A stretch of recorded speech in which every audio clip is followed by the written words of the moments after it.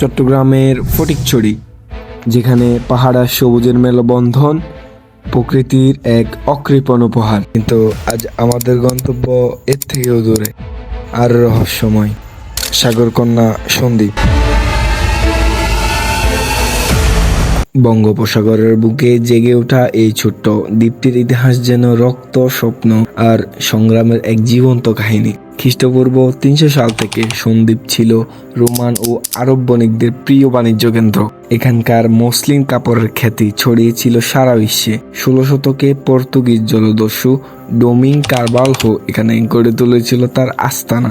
মুঘল আমলে রক্তজোড়া সংঘর্ষের পর ব্রিটিশরা এটিকে নৌঘাটি হিসেবে ব্যবহার করে।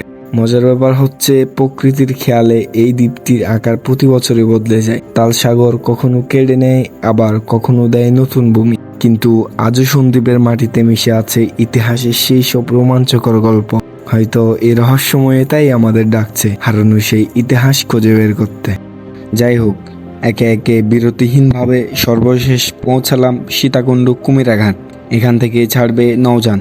সাগরের তীব্র ঢেউ এবং অপ্রত্যাশিত প্রচণ্ড বাতাস যেন আমাদের ইঙ্গিত দিচ্ছিল অসফলতার, এবং হলোই তাই।